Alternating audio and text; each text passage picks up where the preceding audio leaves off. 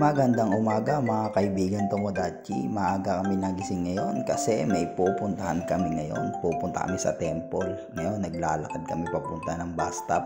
Katulad pa rin noong nakaraan, sobrang init na naman pero napakalamig sa pakiramdam. At sumakay na nga kami ngayon sa bus. Papunta na kami sa temple. At pababa na nga kami ngayon sa bus. Isa-isa na kami bumaba. Sobrang dami rito mga pagkain na nakabalandra sa labas ng temple. At papasok na nga kami ngayon. Pagpasok pa nga lang, sobrang ganda na agad na nasa paligid namin. Sobrang busog na agad yung mata namin sa kakatingin. Papasok na nga kami sa loob. Siyempre bago yung picture-picture muna. Pag-akit naman namin, tumambad agad sa amin yung malalaking gusali. Tapos dito, sabi nila maghuhugas daw kami ng kamay bago pumasok. Tapos may nakalagay na sa India na bawal inumin yung tubig, pero si ate antigas ng ulo, minekas-mekas yung tubig. Tapos packet na kami ngayon sa taas ngayon. Pero bago kami umakyat, nakita namin tong isang hugis pagong na may maraming pera. Sarap kunin yung pera dun sa may likod. Tapos paakyat na naman kami sa panibagong hagdan. Sobrang daming hagdan dito, nakakapagod. Tapos sa bandang itaas, mayroong isang malaking parang parol. Tapos dito naman, sobrang daming mga puno, gubat na. Tapos dito, panibagong malaking gusali na naman. At diretso na naman kami sa panibagong hagdan.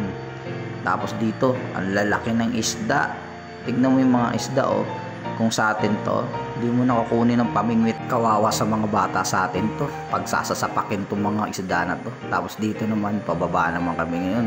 Kanina puro patas, ngayon pababa na naman kami.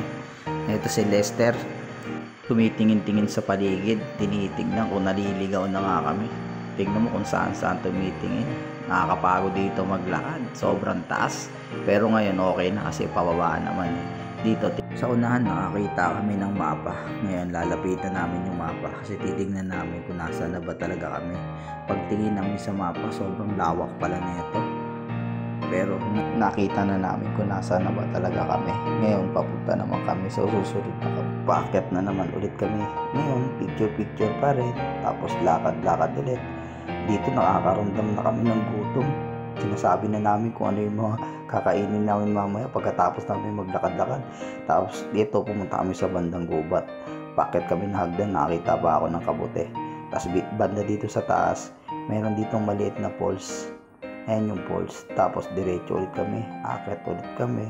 Tapos sobrang tahimik dito. Alam mo, uwak na lang naririnig namin sa sobrang tahimik dito. Tapos banda dyan, aakit na kami. Dito naman, nakalabas na kami ng temple. Umaakit na kami dito papunta sa taas. Naghahanap na kami kung saan kami kakain yan. Naghahanap kami ng tindahan ng ramen. Siyempre. Tapos dito, nakita namin, nadaanan namin itong mga nag-iihaw ng il. Gusto sana namin itry kaso ang mahal naman nito. Tapos at heto na nga, nakakita na kami ng aming makakainan at nag-order rin kami ng tempura. Itadakimasu. Hanggang dito na lang. Bye-bye!